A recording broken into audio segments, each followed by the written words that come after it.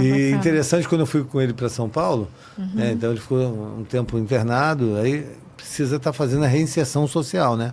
Que é estar vivendo na sociedade, com todos os estímulos. Mesmo no período que ele está internado na clínica? Não, quando ele está internado, algumas pessoas, algumas clínicas permitem as pessoas saírem de vez em quando para elas já se familiarizando com a sociedade. Ressocialização. Ressocialização. Só que ele ficou 322 dias, né?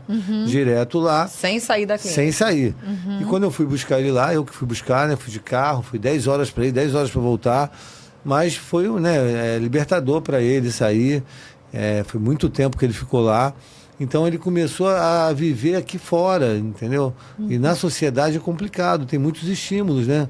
Propagandas, televisão, né? A sociedade está sempre estimulando a bebida, o álcool é o chefe da quadrilha das drogas, não pode beber. Eu ia perguntar isso. Analisando, Serginho, toda a sua carreira, quando que você acha que começou... As coisas irem para outro lado, para o outro lado. Então, eu Você era muito novo? Eu na minha infância, início da adolescência, eu era muito assim, eu era disfuncional emocionalmente, né? Eu tinha inabilidades emocionais, todo mundo brincava, eu brincava também no meio da aula, aí eu acabava indo pra coordenação, era suspenso, eu fazia um drama, chorava na coordenação, meu pai era chamado lá, eu ficava chorando, eu sempre fui um cara muito assim, chorão. Dramático, né? Eu não aceitava. Qual é o signo? Leonino, eu sempre fui muito dramático. É leão ainda. Um drama. Meus do amigos leão. sempre me achavam muito maluco, porque eu começava a brincar, não parava, ficava vermelho assim, e não tinha limite pra mim, né?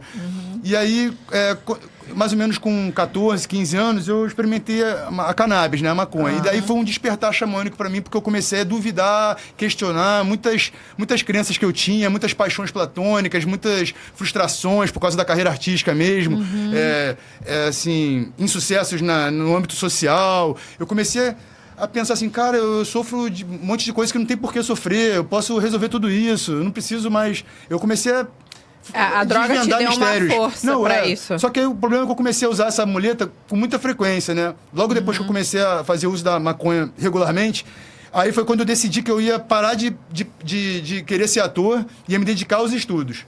Ia começar a ler, fazer dever de casa, estudar matemática, química e física, que eu queria me preparar para o vestibular. Aí eu tinha me mudado da galera do Catete, onde eu morava, fui para Copacabana, estava conhecendo novos amigos, fazendo beach soccer à noite, conhecendo outra galera, né, me recomeçando ali. Então, acabou que eu fui chamado para fazer malhação, né, nesse meio tempo. Aí minha vida deu uma reviravolta, que eu comecei a ter que ir pro Projac, ficar lá no Projac horas e horas, nos estúdios Globo.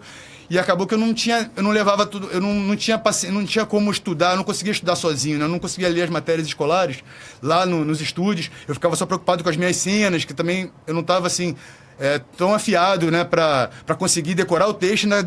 Ainda ler as matérias escolares. Então ele tentou sair da profissão, mas não conseguiu, né? A Malhação te chamou e você foi e estourou, né? Porque foi um dos personagens mais tops, né? Só que aí acabou que eu comecei a ficar cansado, né?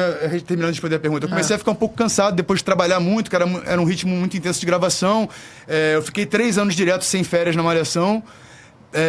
Aí, mais ou menos, depois dessas primeiras férias, eu comecei a fazer muitos trabalhos, assim, por fora, extras, fazer participação em eventos, publicidade. Comecei a viajar muito nos finais de semana. Comecei a fazer muita sessão de autógrafos aqui, ali e tal.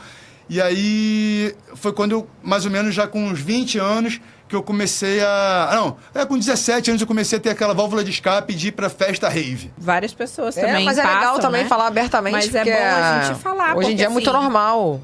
É muito normal. A gente não pode falar que não é. A hipocrisia é falar que não é o uso de drogas, mas é triste, a pessoa cai nessa, mas é uma coisa muito frequente. São 200 milhões de dependentes químicos no mundo. Tava aquela série lá na Globo com o Fábio Assunção. Onde está meu coração? Está meu coração, E eu fiz me pediram, né, um texto sobre dependência química, eu passei para eles. Então, assim, a dependência química é uma doença física, mental, emocional e espiritual, né? Sim, a perda do controle. E ela é silenciosa, né? Porque ela começa com a bebida, e progressiva, né? Daqui a pouco ela começa com a maconha, e